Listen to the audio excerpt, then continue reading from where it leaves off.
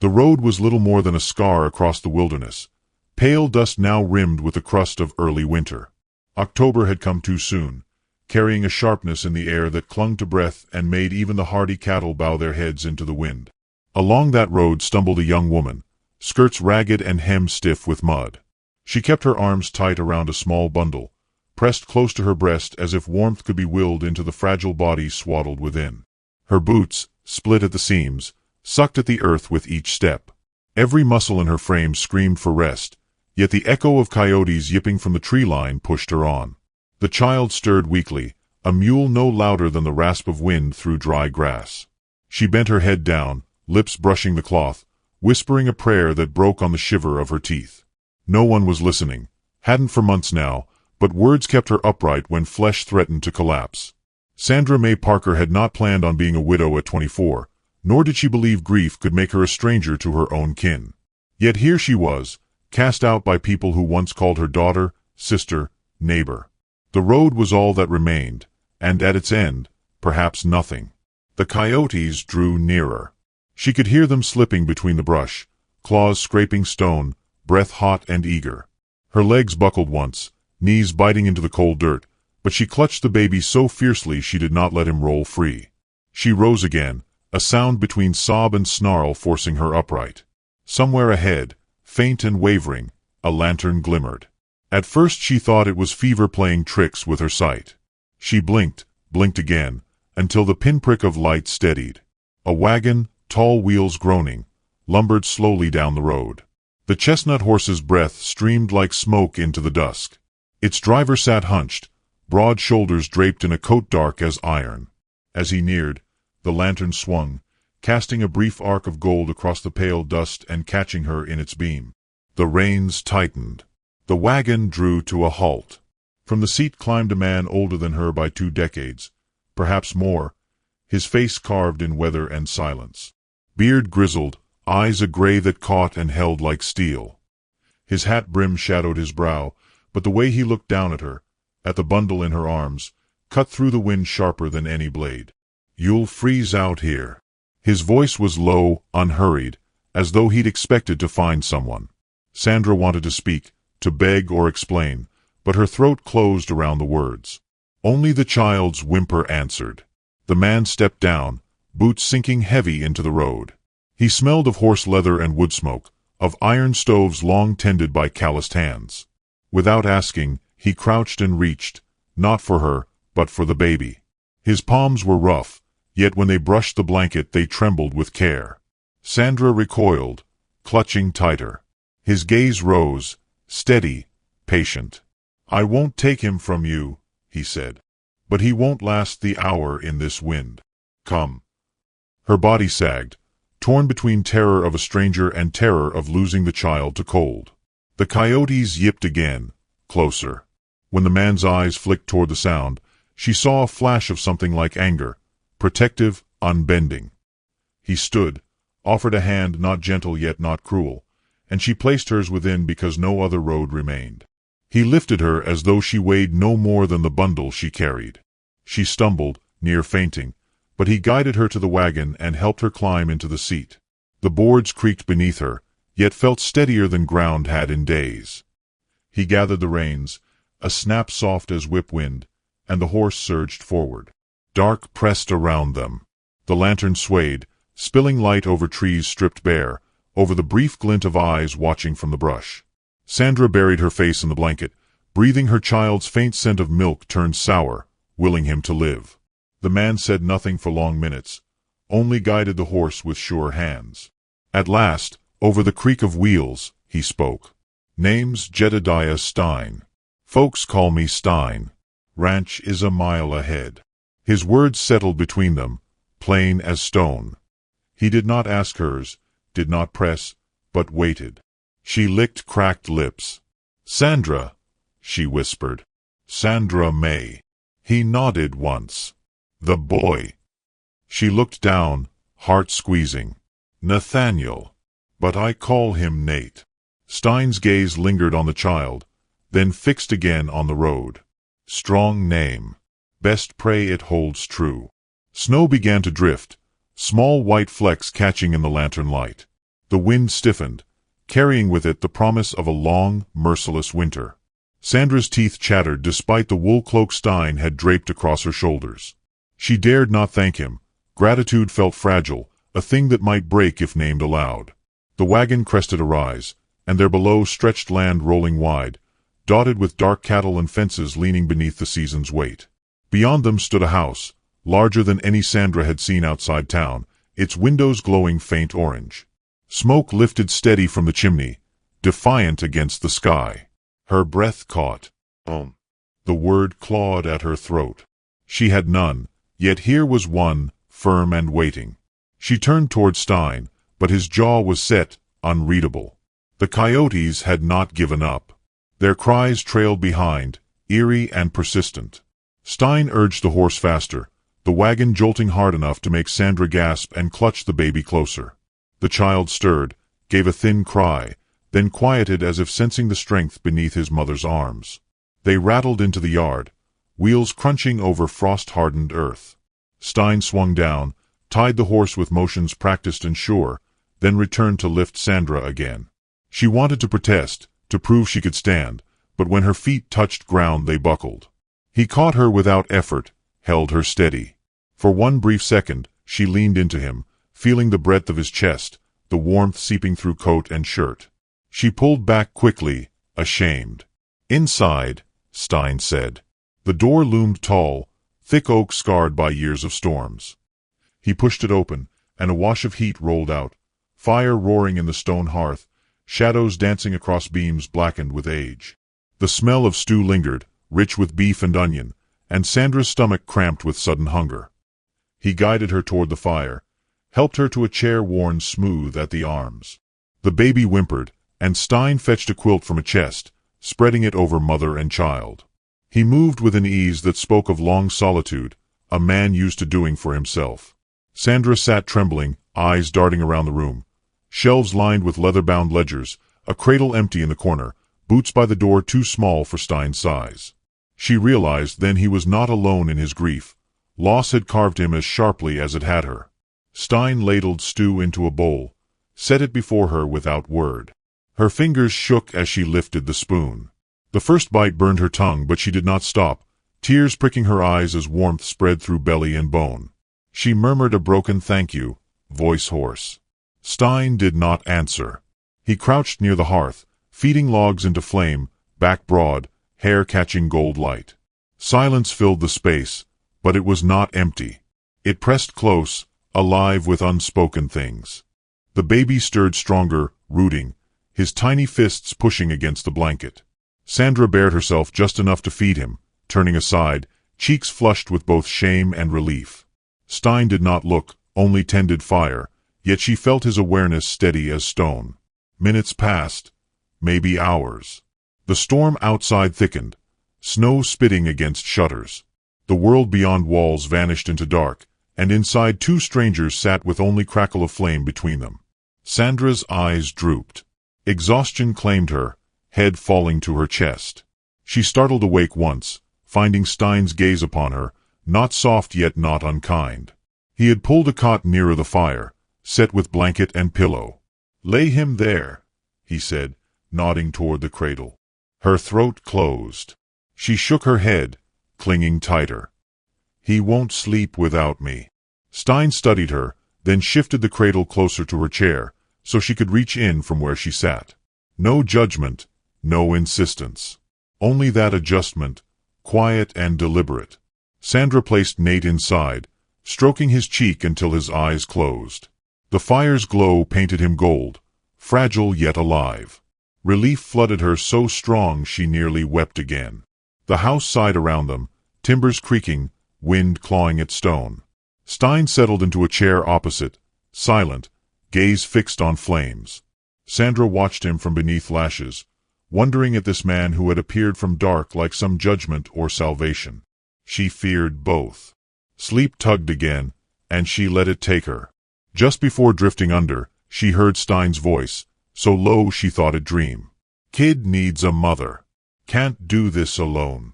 Her eyes flew open, heart pounding. Did he mean her? She stared at him across the fire, but his face was unreadable, lit in flickers. Outside, the coyotes howled once more, but the sound did not reach within these walls. Here, for the first time in months, she and her child were safe, though safety carried questions more dangerous than wolves. And in that moment, Sandra May understood.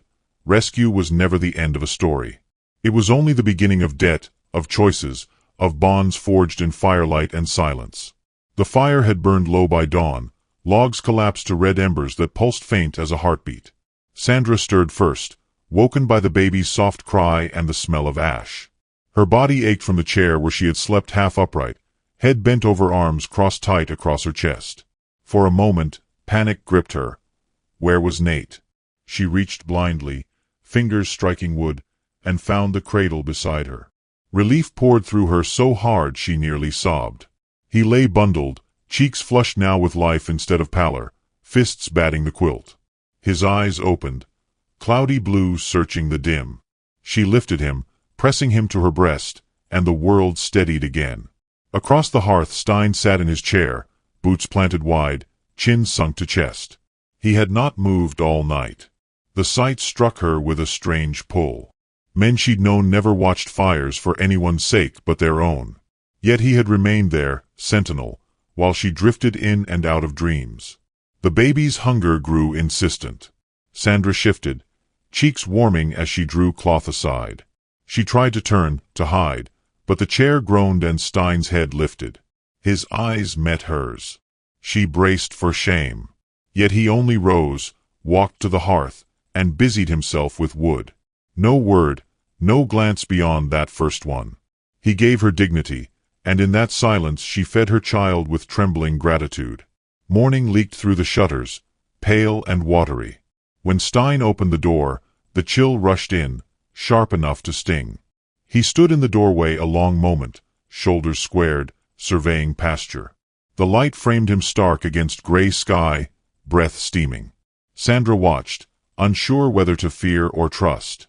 He seemed carved from the same stone as the land, unyielding, implacable.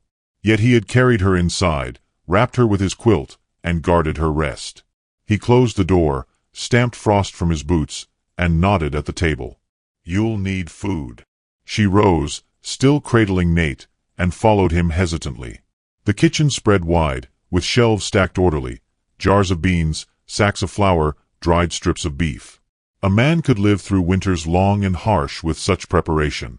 Stein ladled porridge from a pot kept near the firebox, steam rising, and placed a bowl before her. She muttered thanks, voice rasping. The first spoonful slid warm across her tongue, bland but filling. Each bite seemed to mend something within. She ate slowly, careful not to appear desperate, though hunger ached deep. Nate squirmed, sated for now, nestled against her. Stein ate as well, standing rather than sitting, gaze on the window. The quiet stretched between them, but it was not hostile. More like an expanse of land waiting to be crossed.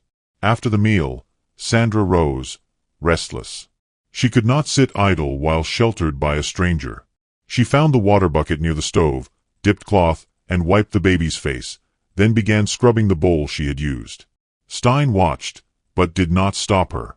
Instead, he brought another bowl, then another, until the small chore filled her hands with purpose. Her sleeves wet, fingers reddened by cold water, Sandra felt a small dignity return. Work had always been the measure of worth out here.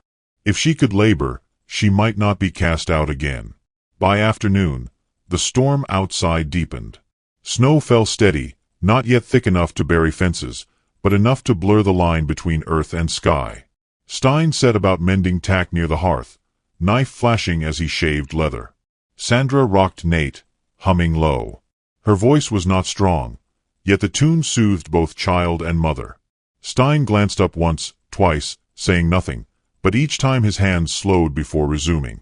When the baby slept, Sandra ventured toward the shelves.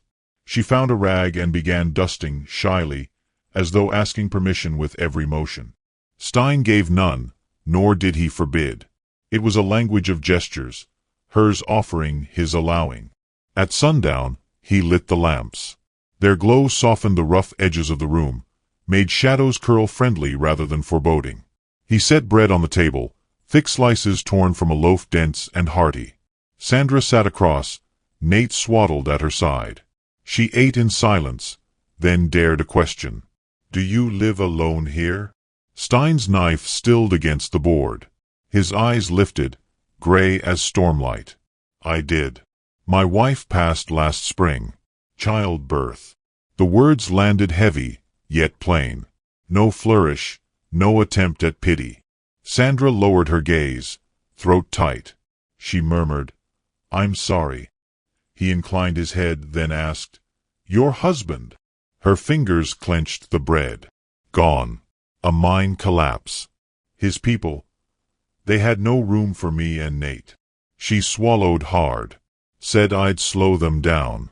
Said a mouth too many."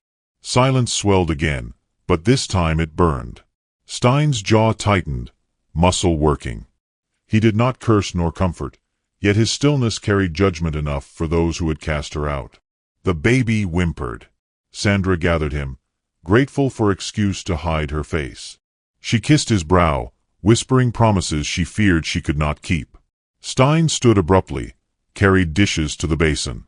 His motions were clipped, decisive, as though anger found outlet in labor.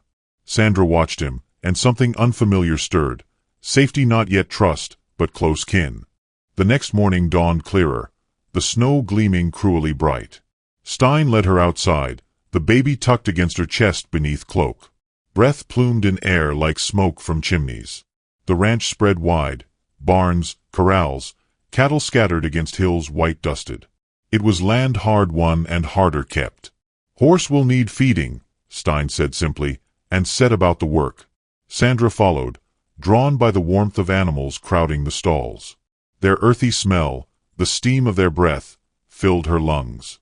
She had grown up near farms, yet never with beasts of her own. Here, in the rhythm of Stein's chores, she felt a faint pull of belonging. She offered to carry hay, though the baby in her arms made the task near impossible. Stein took the fork from her gently, voice low. "Tend your boy. That's work enough." Shame pricked, but she nodded. She leaned against the stall rail, rocking Nate, watching Stein's strength as he moved among cattle. The creatures shifted at his presence, but did not fear him. It was a mirror of how she felt, uneasy, yet drawn to his steadiness. Back in the house, she brewed coffee, bitter and strong, from beans she found in the cupboard. When Stein returned, snow crusting his coat, the scent greeted him. For the first time, his face shifted, only slightly, but enough. A flicker, as though memory had stirred. He accepted the cup, drank without word, but she sensed the gesture mattered. Day by day, the rhythm settled. Sandra rose early, fed Nate, warmed water, swept hearth. Stein tended stock, split wood, rode fences. At meals they shared silence that grew less sharp, more companionable. Sometimes she caught his gaze lingering on the baby, his rough hand reaching to steady the cradle without thought. One evening, as wind rattled shutters, Sandra sat sewing a tear in her skirt with needle and thread she had found. Nate lay in the cradle, eyes wide, cooing at the fire's glow. Stein watched from his chair, and at length he said, voice low, "He's stronger already." She looked up, startled, then down at her child. "Yes," she whispered. "He is." Her heart clenched, for she knew strength could be fleeting. Yet Stein's words carried weight, as though he believed survival possible. Later that night, when the house had quieted, Sandra woke to the creak of floorboards. She saw Stein near the cradle, crouched, one finger offered to the child. Nate's tiny hand closed around it. Stein remained there, still as carved oak, until the boy drifted to sleep again. Sandra watched from her chair, tears blurring, afraid to move lest she break the spell. The days bled together. Winter edged closer, each morning colder than the last. Yet warmth within the walls grew. Sandra began to trust the silence, to read in Stein's smallest motions a language she understood. The extra log on the fire, the loaf cut evenly so she might have the larger half, the way he positioned the cradle nearer her when she dozed. But trust was a dangerous thing. She reminded herself each night that she had nowhere else to go. Gratitude could not become dependence. Still, The house felt less like shelter borrowed and more like a place her body recognized. One evening, as snow slanted hard against the windows, Stein spoke words that rooted deep. "You've kept this house warmer," he said, eyes on the fire. Sandra froze, needle poised above cloth. "I've only cleaned, mended. Not that." His gaze shifted to her at last, steady and unflinching. "Warmer in ways I can't." The silence that followed was heavy, intimate, dangerous. She bent her head quickly, heart hammering, thread trembling in her fingers. Later, when the storm raged wild, she lay wakeful in the chair. Nate breathed steady in the cradle. Stein's words replayed, stirring something she dared not name. She rose to stoke the fire, and as she did, she heard him murmur in sleep from his chair. "Can't do it alone." The same words as before. She stood frozen, staring at him. Outside, the wind howled, rattling the walls, but inside, a different storm gathered. She realized with a shiver that his solitude was not endless, and that he had begun to see her as answer. Snow hardened into crusted banks along the fence lines, glittering beneath thin winter sun. Days folded one into the other with a rhythm almost gentle, though it carried an edge like a knife beneath cloth. Sandra tended the fire each dawn, stirred porridge, and rocked Nate until he cooed in the glow of the hearth. Stein worked outside, shoulders bowed to wind, mending breaks in fence where cattle had pressed through. When he returned, frost in his beard, Sandra would hand him a mug of coffee without word. He would nod, sometimes not even that, and sit by the fire. The silence had grown into something that lived with them, less empty than before, a presence neither asked to leave. Yet beneath that fragile peace, memories pressed close. One evening, as Nate nursed, Sandra stared into the flames until they blurred, her lips moving without sound. Stein, sharpening a knife nearby, lifted his gaze. His voice carried no command, only a quiet prompt. "You ain't spoken of how you came to that road."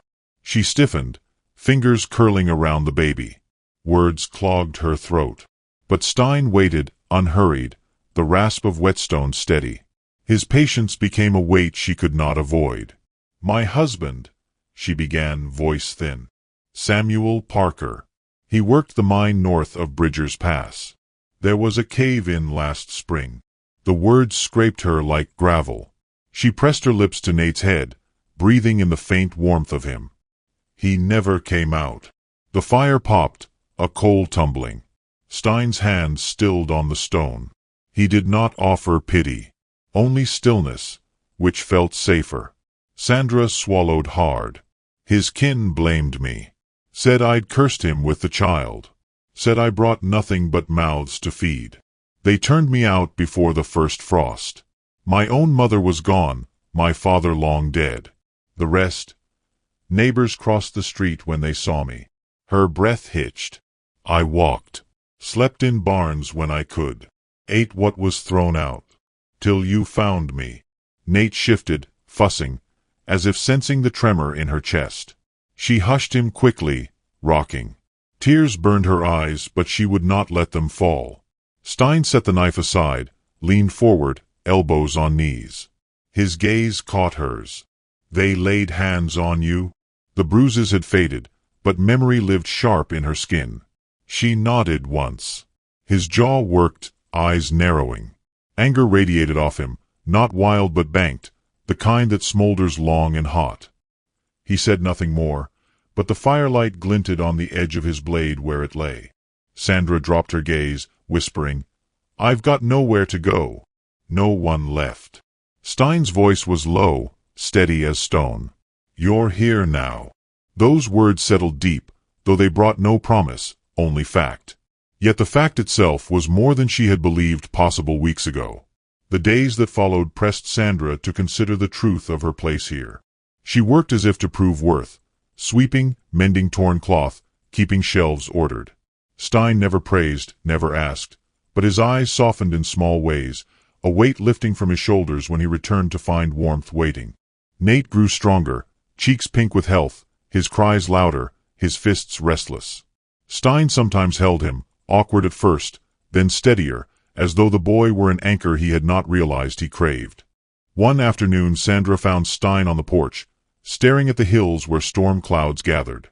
His face was set hard, lines deepened by thought. "What weighs on you?" she asked before she could stop herself. He turned, studied her as though gauging how much to say. "Neighbor rode through this morning. Spoke of men asking after a woman with a child. Said they claim she owes debt. That she belongs to them." Sandra's blood went cold. She pressed Nate tighter against her. "It's Samuel's kin. They said the child was theirs by right. They'll not let me go." Stein's expression did not shift, but the air around him seemed to tighten. "This land is mine. Any man steps foot here with ill intent, he'll answer to me." Sandra shook her head, fear clawing. "You don't know them. They'll come with others. They'll twist words, make lawmen believe their lies." Stein's eyes burned steady. "Law don't reach this far when winter sets in. Only what a man's willing to defend." The firmness in his tone steadied something inside her, even as fear gnawed. She turned toward the horizon, where storm clouds massed like armies. The land felt vast, yet suddenly small beneath the weight of pursuit. That night she could not sleep. Every creak of the timbers made her flinch. She rose, pacing with Nate in her arms, whispering prayers she had long stopped believing. Stein sat in his chair, half asleep, but at her movement his eyes opened. "They won't take him," he said, voice graveled with fatigue yet certain. "Nor you." Sandra's throat tightened. She looked at him, firelight painting his face in bronze and shadow. "Why?" He frowned, as though the question itself puzzled him. "Because you're under my roof. That's reason enough." The simplicity of it undid her. She sank into her chair, clutching Nate, tears sliding silent down her cheeks. Stein did not comment, only kept watch as though the night itself were enemy. In the days that followed, he began teaching her small things. How to load a rifle, though her hands trembled. How to cut kindling with clean strokes. How to tie knots that held firm.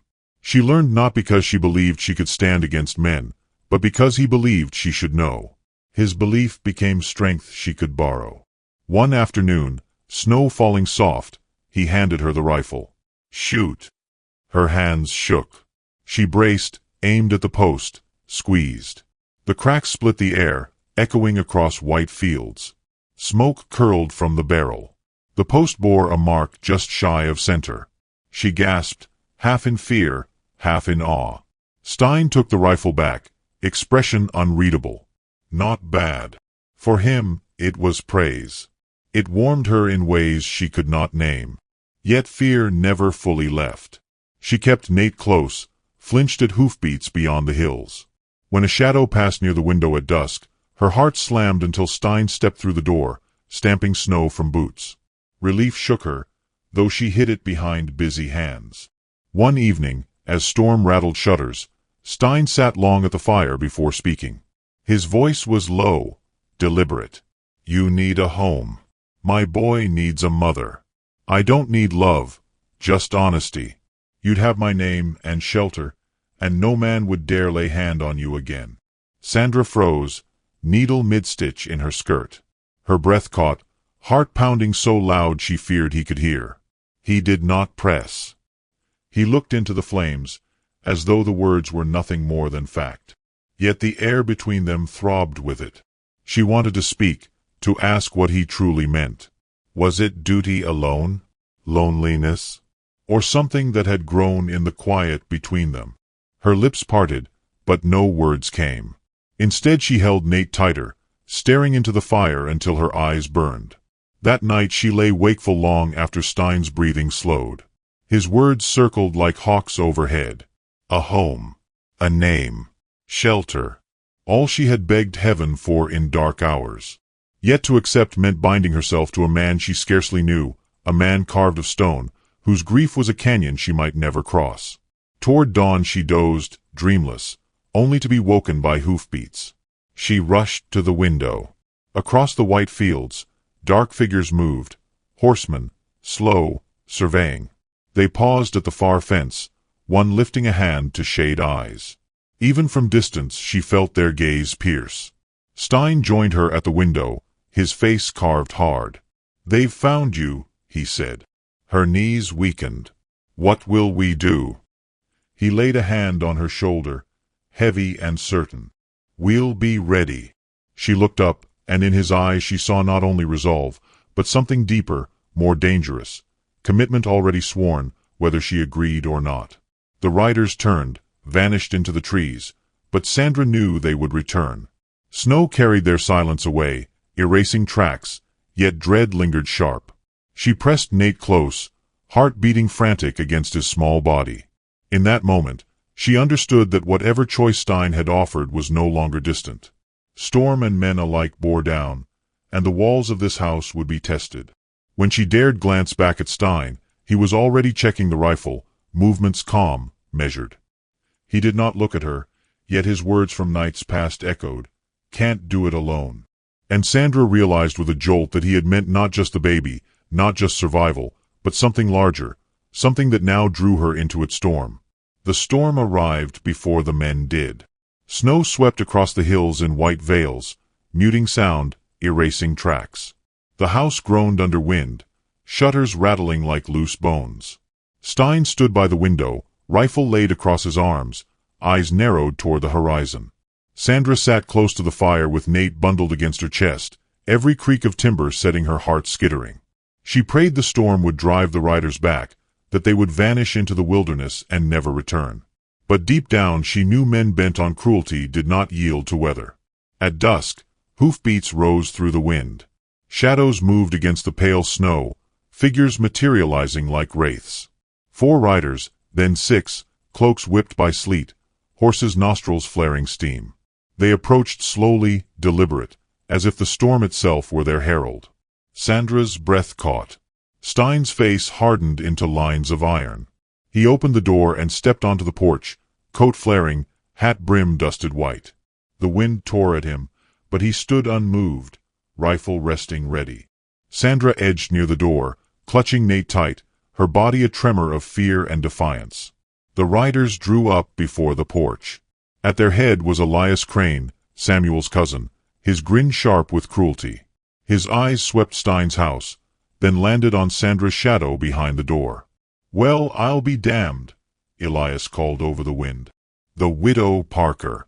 Thought you'd crawl off to die somewhere. Instead you shacked up with old Stein." His laugh cracked against the gale. "You've got something belongs to us.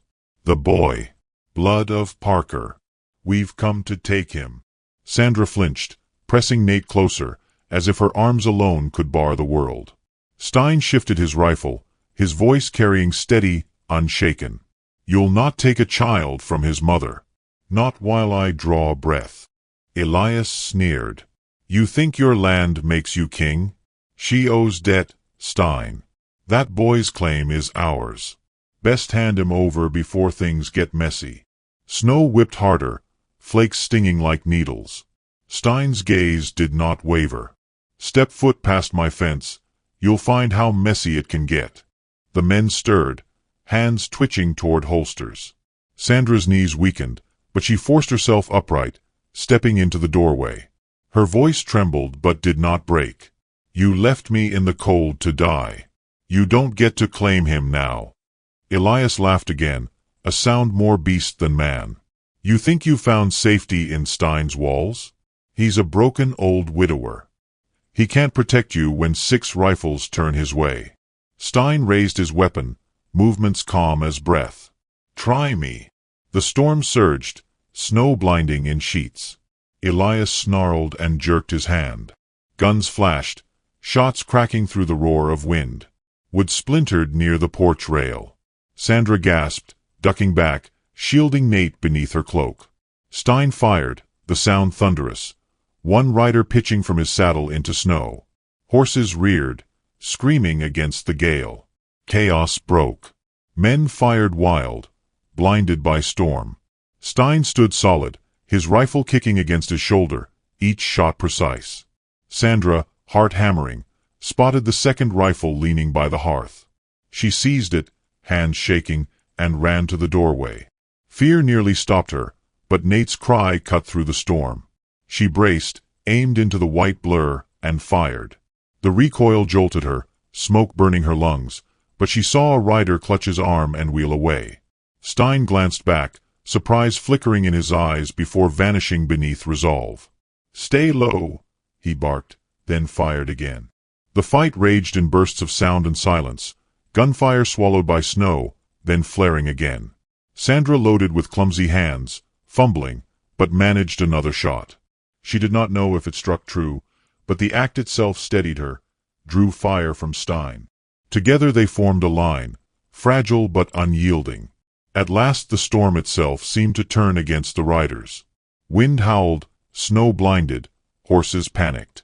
Elias cursed, firing one last wild shot before pulling his men back. They retreated into white blur, hooves pounding, swallowed by storm. Silence fell, heavy as the snow drifting down. Sandra sagged against the doorframe, rifle slipping from her hands. Nate wailed, tiny voice shrill in the quiet. Stein lowered his weapon, breath ragged, blood streaking his sleeve where a shot had grazed him. Sandra rushed to him, clutching his arm. "You're hurt." "It's nothing," he said, though his jaw tightened against pain. His gaze swept the field, then returned to her. For the first time, his expression softened, stripped of stone. "You stood with me." Her throat burned. "I had to." "No," he said, voice low. "You chose to." The words rooted in her chest, heavier than any bullet. She looked at him, snow melting on his hair, blood darkening his coat, and saw not just the man who had rescued her, but the one who had bound his fate to hers without demand. Inside, the fire roared, lamps flickered. Stein guided her back, helped settle Nate in the cradle. He pressed cloth to his wound, movements slow now with weariness. Sandra knelt beside him, binding the gash with strips torn from her own skirt. Her hands shook, not with fear but with the weight of choice pressing close. "Stein," she whispered. He met her gaze, waiting. "You asked before. About giving me your name. About making me stay. I was afraid. But tonight, I saw what it means." She glanced at Nate, then back at Stein. "Yes, I'll be your wife. Not for debt or shelter. Because you've given us more than either. You've given us a chance." His face, so long carved of stone, cracked. Not into smile, but something deeper, raw, a release of breath held too long. He reached, rough hand covering hers. "Then we'll see him grow together." The storm outside raged on, but within the walls warmth held. Sandra sat with Stein by the fire, Nate sleeping soundly between them. For the first time since Samuel's death, her heart steadied, not from escape but from belonging. The wind battered the house, yet it could not enter. Snow buried the tracks of retreating men, erasing their claim. All that remained was firelight, the cradle's gentle creak, and the weight of Stein's hand over hers. And in that moment, Sandra understood that survival had become something greater. She had not only found safety, she had found home.